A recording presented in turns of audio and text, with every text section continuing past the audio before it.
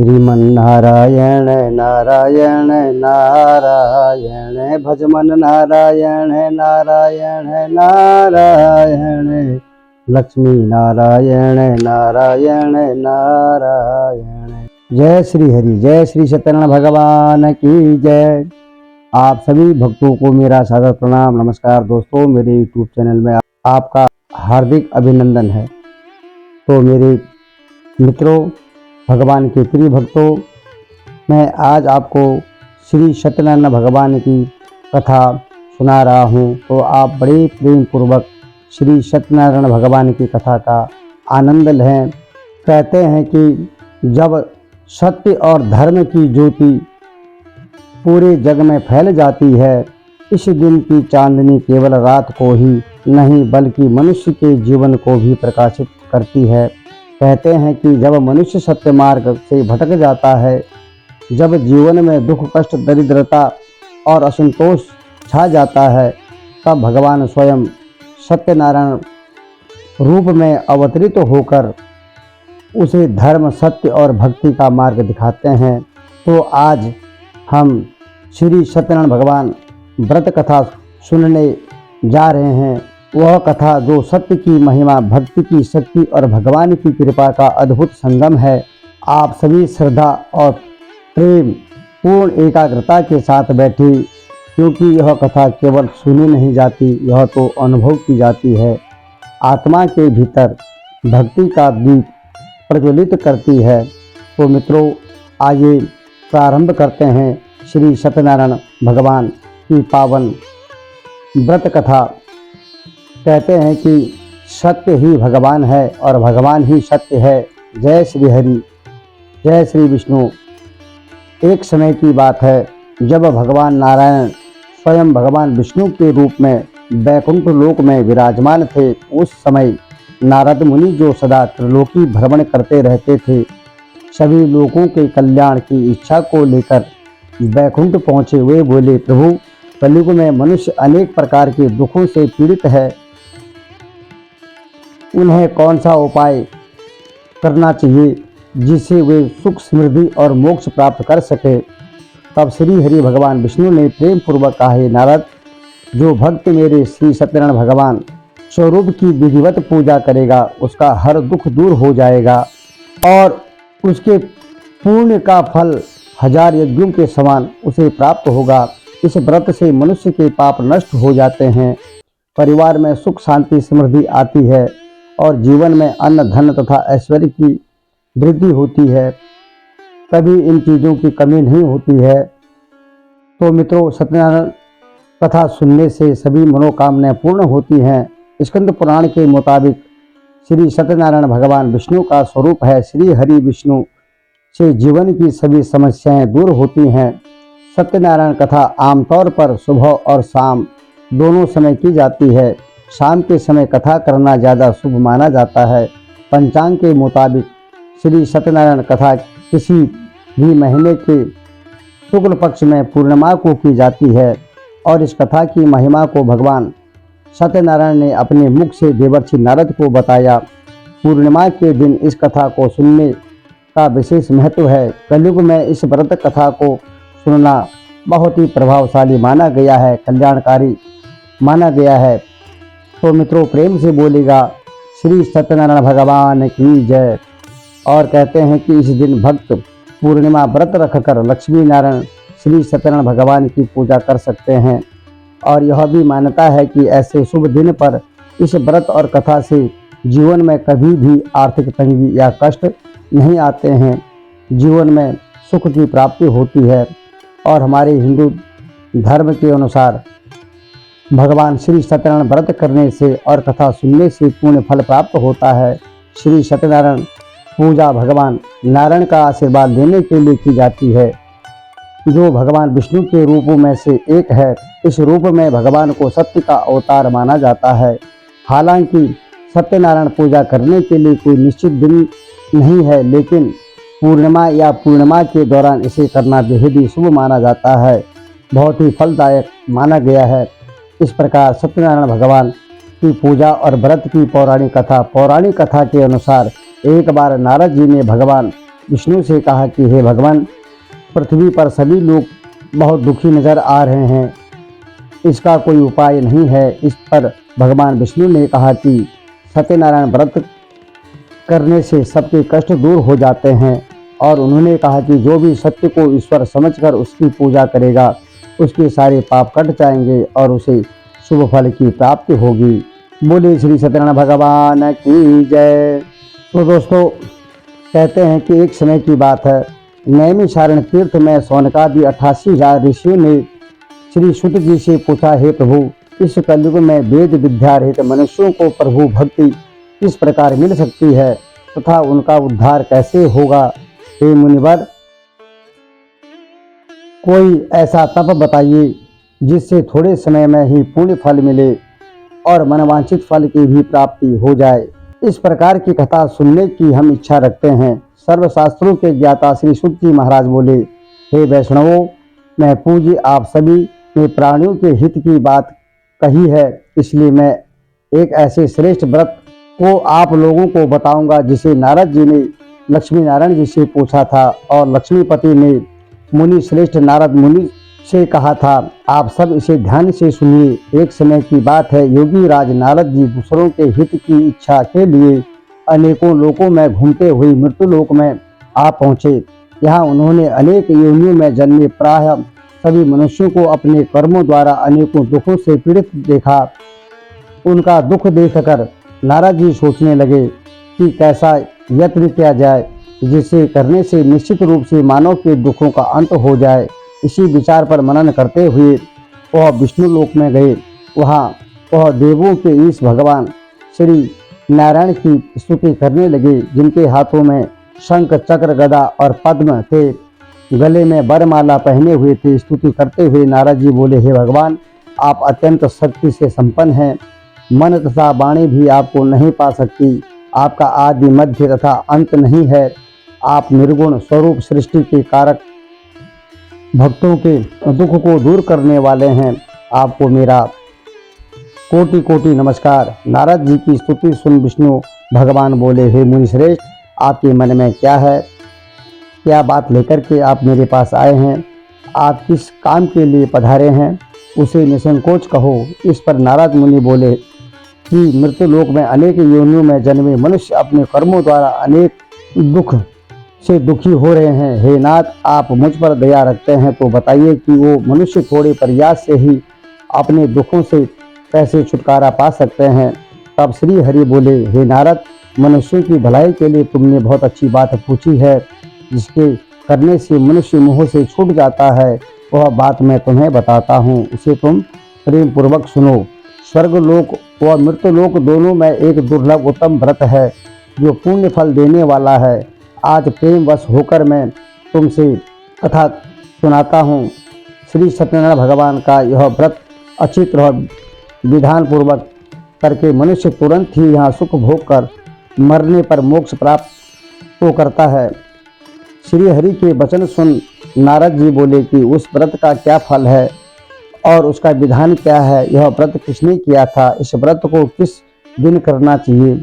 सभी कुछ विस्तार पूर्वक बताने की कृपा करें। नारद जी की बात सुनकर श्री हरि बोले, दुख व शोक को दूर करने वाला यह व्रत सभी स्थानों पर विजय दिलाने वाला है। मानव को भक्ति व श्रद्धा के साथ शाम को श्री सत्यनारायण भगवान की पूजा धर्मपरायण होकर ब्राह्मणों व बंधुओं के साथ करनी चाहिए। भक्ति भाव से ही नैवेद्य, केले का फल, घी, दूध और गेहूं का आटा सवाया ले गेहूं के स्थान पर साठी का आटा, शक्कर तथा गुड़ लेकर सभी भक्षण योग्य पदार्थों को मिलाकर भगवान का भोग लगाएं। ब्राह्मणों सहित सभी बंधु बांधवों को भी भोजन कराएं। उसके बाद स्वयं भोजन करें। भगवान के नाम का अपने घर में भजन कीर्तन के साथ भगवान की भक्ति में लीन हो जाएं। इस तरह से सत्यनारायण भगवान का यह व्रत करने पर मनुष्य की सारी इच्छाएं निश्चित रूप से पूर्ण हो जाती हैं। इस कली काल यानी इस कलयुग में मृत्यु लोक में मोक्ष का यही एक सरल उपाय और साधन बताया गया है। इति श्री सत्यनारायण व्रत कथा का प्रथम अध्याय संपूर्ण। बोले श्री सत्यनारायण भगवान की जय। श्रीमन्नारायण नारायण नारायण, भजमन नारायण नारायण नारायण, लक्ष्मी नारायण नारायण नारायण। द्वितीय अध्याय में श्री शुक जी बोले, हे ऋषियों, जिसने पहले समय में इस व्रत को किया था उसका वर्णन मैं आपको कहता हूँ, ध्यान से सुनो। सुंदर काशीपुरी नगरी में एक अत्यंत निर्धन ब्राह्मण रहता था। वह भूख प्यास से परेशान वह धरती पर घूमता रहता। ब्राह्मणों से प्रेम करने वाले भगवान ने एक दिन ब्राह्मण का वेश धारण कर उसके पास जाकर पूछा, हे विप्र, नित्य दुखी होकर तुम पृथ्वी पर क्यों घूमते हो, क्यों विचरण करते हो? दीन ब्राह्मण बोला, मैं निर्धन ब्राह्मण हूँ, भिक्षा के लिए धरती पर घूमता रहता हूँ। हे भगवान, यदि आप इसका कोई उपाय जानते हो तो बताने की कृपा करें। वृद्ध ब्राह्मण कहते हैं कि श्री सत्यनारायण भगवान मनवांछित फल देने वाले हैं, इसलिए तुम उनका पूजन करो। इसे करने से मनुष्य सभी दुखों से मुक्त हो जाता है और सभी प्रकार की मनोकामनाएं पूर्ण हो जाती हैं। वृद्ध ब्राह्मण बनकर आए श्री सत्यनारायण भगवान उस निर्धन ब्राह्मण को व्रत का सारा विधान बताकर अंतर्ध्यान हो जाते हैं। ब्राह्मण मन ही मन सोचने लगा कि जिस व्रत को वृद्ध ब्राह्मण करने को कहे गए हैं मैं उसे जरूर करूँगा। यह निश्चय करने के बाद उसे रात में नींद नहीं आई। वह सवेरे उठकर श्री सत्यनारायण भगवान के व्रत का निश्चय कर भिक्षा के लिए चला गया। उस दिन निर्धन ब्राह्मण को भिक्षा में बहुत सा धन प्राप्त हुआ, जिससे उसने बंधु बांधवों को बुलाकर और उनके साथ मिलकर श्री सत्यनारायण भगवान का पूजन व्रत संपन्न किया।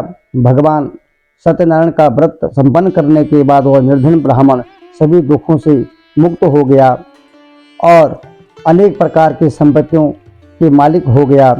उसी समय से वह ब्राह्मण हर माह इस व्रत को करने लगा।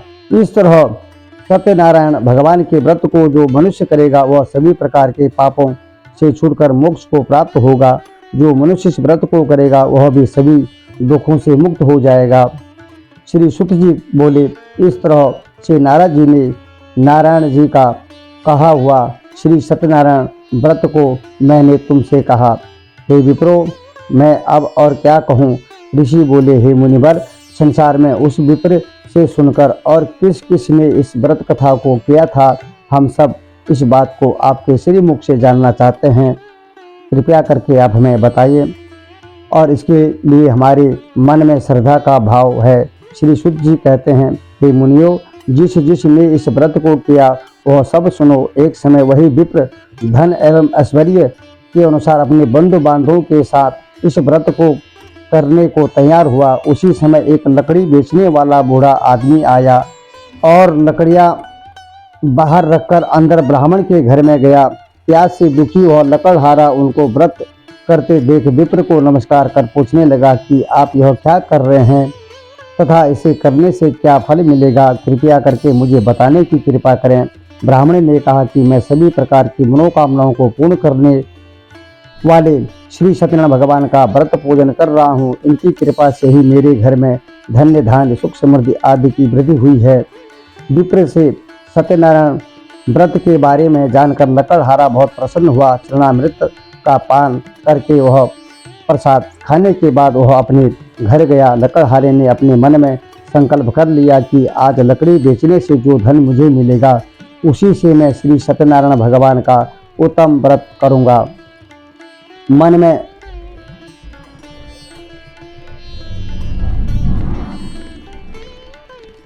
इस विचार को ले बूढ़ा आदमी सिर पर लकड़ियां रखकर उस नगर में बेचने गया जहां धनी लोग ज़्यादा रहते थे। उस नगर में उसे अपनी लकड़ियों का दाम पहले से 4 गुना अधिक मिलता है। बूढ़ा प्रसन्नता के साथ दाम लेकर केले, शक्कर, घी, दूध, दही और गेहूं का आटा और ले आया और श्री सत्यनारायण भगवान के व्रत की अन्य सामग्रियां लेकर के अपने घर गया। वहां उसने अपने बंधु बांधवों को बुलाकर विधि विधान से श्री सत्यनारायण भगवान का पूजन किया और व्रत किया। इस व्रत के प्रभाव से वह बूढ़ा लकड़हारा धन पुत्र आदि से युक्त होकर संसार के समस्त सुख भोग अंत काल में वैकुंठ धाम को चला गया। बोले श्री सत्यनारायण भगवान की जय। श्रीमन्नारायण नारायण नारायण हरि नारायण नारायण नारायण लक्ष्मी नारायण नारायण नारायण। श्री सत्यनारायण कथा तृतीय अध्याय। श्री सूत जी महाराज बोले, हे श्रेष्ठ मुनियों, अब आगे की कथा कहता हूँ। पहले समय में उल्कामुख नामक एक बुद्धिमान राजा था। वह सत्यवक्ता और जितेंद्रिय था। प्रतिदिन वह देवस्थान जाता और निर्धनों को धन देकर उनके कष्ट दूर करता। उनकी पत्नी कमल के समान मुख वाली तथा सती साध्वी थी, पतिपरायण। भद्रशिला नदी के तट पर उन दोनों ने श्री सत्यनारायण भगवान का व्रत किया। उसी समय साधु नाम का एक वैश्य आया। उसके पास व्यापार करने के लिए बहुत सा धन भी था। राजा को व्रत करते देख वह विनय के साथ पूछने लगा, हे राजन, आप भक्ति भाव से पूर्ण होकर आप यह क्या कर रहे हैं? मैं सुनने की इच्छा रखता हूँ, तो आप मुझे बताने की कृपा करें। तब राजा कहते हैं, हे साधु, अपने बंधु बांधवों के साथ पुत्र आदि की प्राप्ति के लिए एक महाशक्तिमान श्री सत्यनारायण भगवान का व्रत व पूजन कर रहा हूँ। राजा के वचन सुन साधु आदर से बोला, हे राजन, मुझे इस व्रत का सारा विधान कहिए। आपके कथा अनुसार मैं भी इस व्रत को करूँगा। मेरी भी संतान नहीं है और इस व्रत को करने से निश्चित रूप से मुझे संतान की प्राप्ति होगी। राजा से व्रत का सारा विधान सुन व्यापार से निवृत्त हो वह अपने घर गया। साधु वैश्य ने अपनी पत्नी को संतान देने वाले इस व्रत का वर्णन उन्हें सुनाया और कहा कि जब मेरी संतान होगी तब मैं इस व्रत को करूँगा। साधु ने इस तरह के वचन अपनी पत्नी लीलावती से कहे। एक दिन लीलावती पति के साथ आनंदित हो सांसारिक धर्म में प्रवृत्त होकर श्री सत्यनारायण भगवान की कृपा से गर्भवती हो गई। 10वें महीने में उसके गर्भ से एक सुंदर सी कन्या ने जन्म लिया। दिनों दिन वह ऐसे बढ़ने लगी जैसे शुक्ल पक्ष का चंद्रमा बढ़ता। माता पिता ने अपनी कन्या का नाम कलावती रखा। और एक दिन लीलावती ने मीठे शब्दों में अपने पति को प्रेम पूर्वक याद दिलाया कि आपने श्री सत्यनारायण भगवान के जिस व्रत को करने का संकल्प किया था उसे करने का समय आ गया है। आप इस व्रत को करिए। साधु बोला कि हे प्रिय, इस व्रत को मैं उसके विवाह के समय करूँगा। इस प्रकार अपनी पत्नी को आश्वासन देकर वह नगर को चला गया।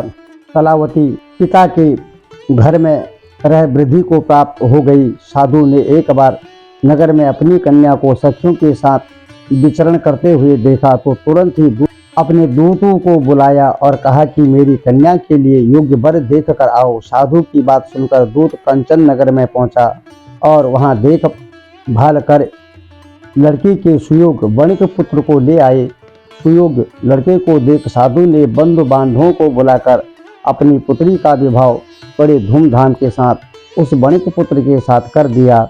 लेकिन दुर्भाग्य की बात ये कि साधु ने अभी भी श्री सत्यनारायण व्रत भगवान का व्रत नहीं किया। इस पर श्री भगवान क्रोधित हो गए और श्राप दिया कि साधु को अत्यधिक दुख मिले।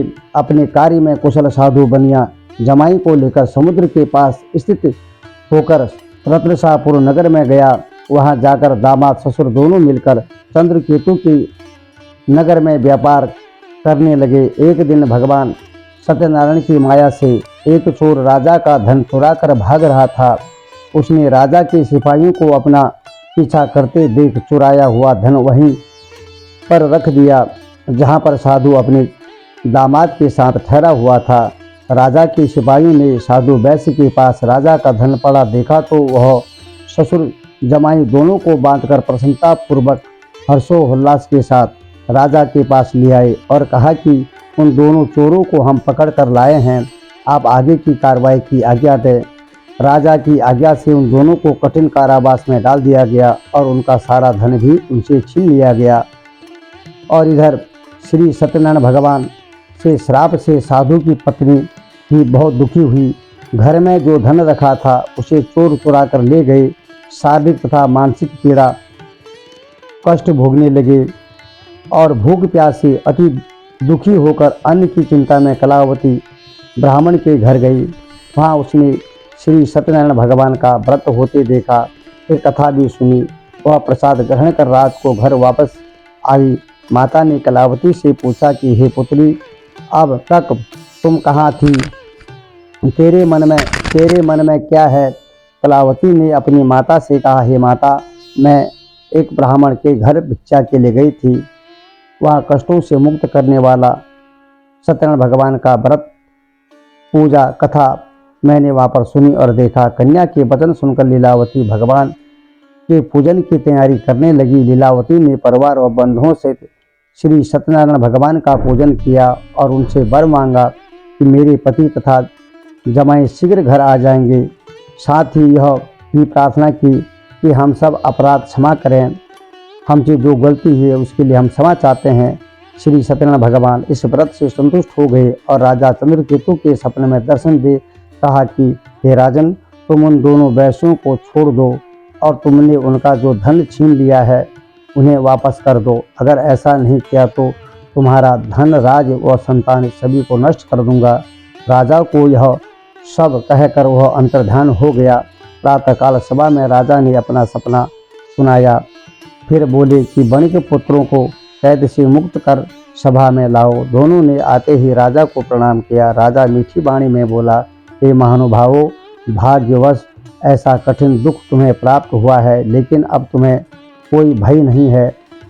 ऐसा कह राजा ने उन दोनों को नए वस्त्राभूषण भी पहनाए और जितना भी उनका धन ले लिया था उनका धन उससे दुगना उन्हें वापस कर दिया। दोनों वैश्य अपने घर को चल दिए। बोले श्री सत्यनारायण भगवान की जय। श्रीमन्नारायण नारायण नारायण, भजमन नारायण नारायण नारायण, लक्ष्मी नारायण नारायण नारायण। श्री सत्यनारायण भगवान कथा चतुर्थ अध्याय। श्री सूत जी महाराज कहते हैं, वैश्य ने मंगलाचार कर अपनी यात्रा आरंभ की और अपने नगर की ओर चल दिए। उनके थोड़ी दूर जाने पर एक दंडी भेषधारी श्री सत्यनारायण ने उनसे पूछा, हे साधु, तेरी नाव में क्या है? अभिवाणी वणिक हंसता हुआ बोला, हे दंडी, आप क्यों पूछते हो? क्या धन लेने की इच्छा है? मेरी नाव में तो बेल व पत्ते भरे हुए हैं। वैश्य के कठोर वचन सुन भगवान बोले, तुम्हारा वचन सत्य हो, जो तुमने कहा वही सत्य हो। दंडी ऐसे वचन कह वहाँ से दूर चले गए। कुछ दूर जाकर समुद्र के किनारे बैठ गए।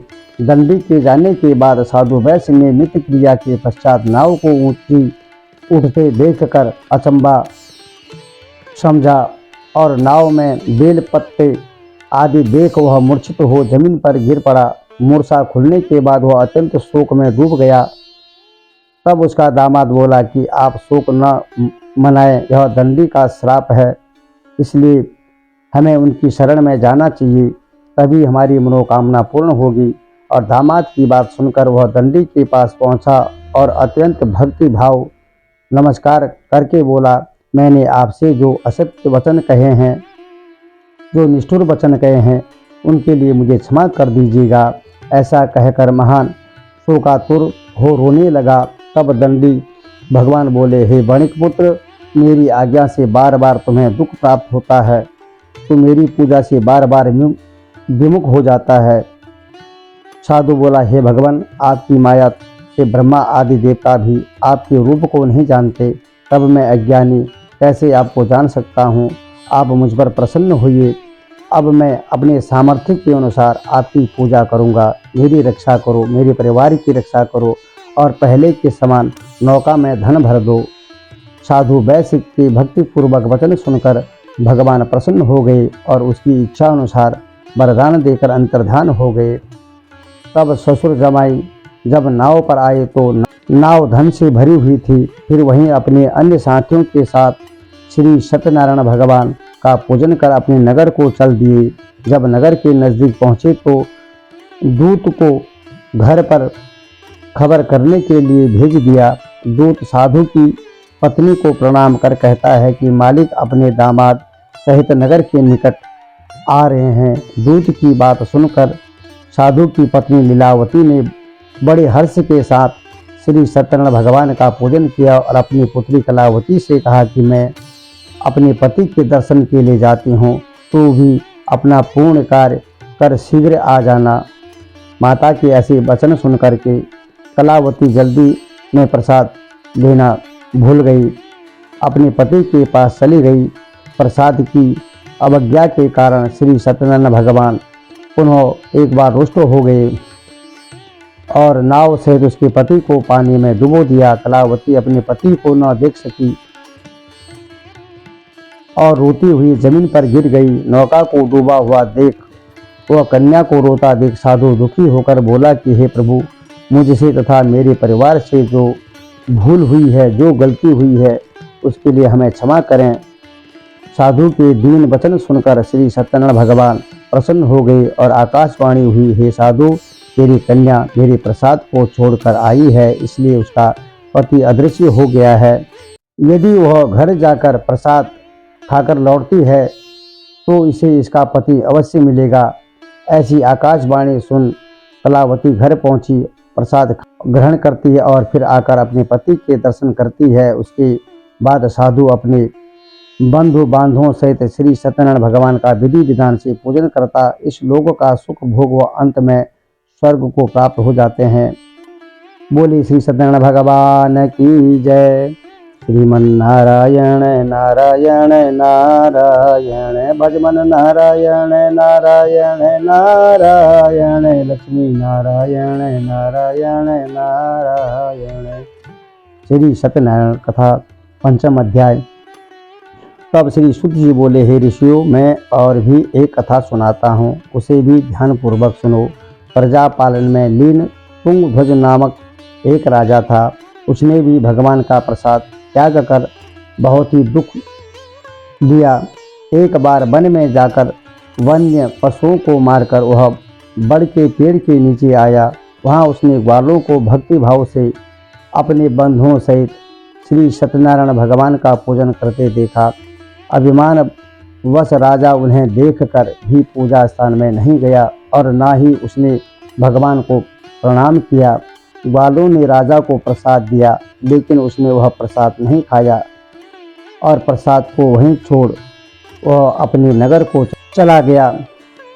जब वह नगर में पहुंचा तो वहां सब कुछ तहस नहस हुआ पाया, तो वह शीघ्र ही समझ गया कि यह सब भगवान ने ही किया है। वह दोबारा ग्वालों के पास पहुंचता है और विधि पूर्वक पूजा करके प्रसाद ग्रहण करता है तो श्री सत्यनारायण भगवान की कृपा से सब कुछ पहले जैसा हो जाता है। दीर्घ काल तक सुख भोगने के बाद मरणोपरांत उसे स्वर्गलोक की प्राप्ति होती है। और जो मनुष्य इस परम दुर्लभ श्री सत्यनारायण व्रत को करेगा तो भगवान श्री सत्यनारायण की अनुकंपा से उसे धन्य धान्य की प्राप्ति होती है और उसकी सभी प्रकार की मनोकामनाएं पूर्ण हो जाती हैं। निर्धन धनी हो जाता है और भयमुक्त हो जाता है, भयमुक्त जीवन जीता है। संतानहीन मनुष्य को संतान सुख मिलता है और सारे मनोरथ पूर्ण होने पर मानव अंतकाल में वैकुंठ को प्राप्त होता है। श्री शुद्ध जी बोले, जिन्होंने पहले इस व्रत को किया है, अब उनके दूसरे जन्म की कथा कहता हूँ। वृद्ध सतानंद नामक ब्राह्मण ने सुदामा का जन्म लेकर मोक्ष की प्राप्ति की। लकड़हारे ने अगले जन्म में ईशाद बनकर मोक्ष को प्राप्त किया था और उल्कामुख नाम का राजा दशरथ होकर वैकुंठ को गए। महाराज तुंगध्वज ने स्वयंभू होकर भगवान में भक्ति युक्त हो कर्म का मोक्ष पाया। श्री सत्यनारायण व्रत कथा का पंचम अध्याय संपूर्ण। श्रीमन्नारायण नारायण नारायण भजमन नारायण नारायण नारायण हरि नारायण नारायण नारायण। तो मित्रों, श्री सत्यनारायण व्रत रखने से भगवान विष्णु से स्वास्थ्य, समृद्धि, धन और वैभव की प्राप्ति होती है। साथ ही यह भी माना जाता है कि इस दिन व्रत करने और पूरी श्रद्धा और विश्वास के साथ श्री सत्यनारायण कथा का पाठ करने से सभी प्रकार के संकट दूर हो जाते हैं और मनवांछित फल की प्राप्ति होती है। सत्यनारायण व्रत की पूजा विधि शास्त्रों के अनुसार इस व्रत को करने से शुभ फल की प्राप्ति होती है और ऐसा भी माना जाता है कि पूजा सुबह के साथ साथ शाम को भी की जा सकती है और शाम को सत्यनारायण भगवान की पूजा करना अधिक शुभ माना जाता है और कहते हैं कि इस दिन सुबह जल्दी उठकर जल में गंगा जल मिलाकर स्नान करना चाहिए और इसके बाद सत्यनारायण भगवान की मूर्ति को स्थापित करें और उसके चारों ओर केले के पत्ते बांध दें। पंचामृत, दूध, शहद, घी, मक्खन, दही और चीनी का मिश्रण का उपयोग देवता को साफ करने के लिए किया जाता है। आमतौर पर शालिग्राम, जो महाविष्णु का दिव्य पत्थर है, चौकी पर जल से भरा कलश रखें और देसी घी का दीपक जलाएं। अब श्री सत्यनारायण भगवान की पूजा करें और पूजा करने से सभी प्रकार के दुख दूर हो जाते हैं, कष्ट दूर हो जाते हैं और भगवान हमेशा अपने भक्तों को प्रसन्न रखते हैं और उनका जीवन सफल बना देते हैं। तो दोस्तों, आज की कथा यहीं पर संपन्न करते हैं। आपको यह कथा कैसी लगी ज़रूर बताइएगा। मेरे YouTube चैनल के माध्यम से कमेंट करिएगा और सब्सक्राइब भी जरूर करिएगा और आप सभी मित्रों का बहुत बहुत धन्यवाद। ओम नमो भगवते वासुदेवाय। ओम नमो भगवते वासुदेवाय। ओम नमो भगवते वासुदेवाय।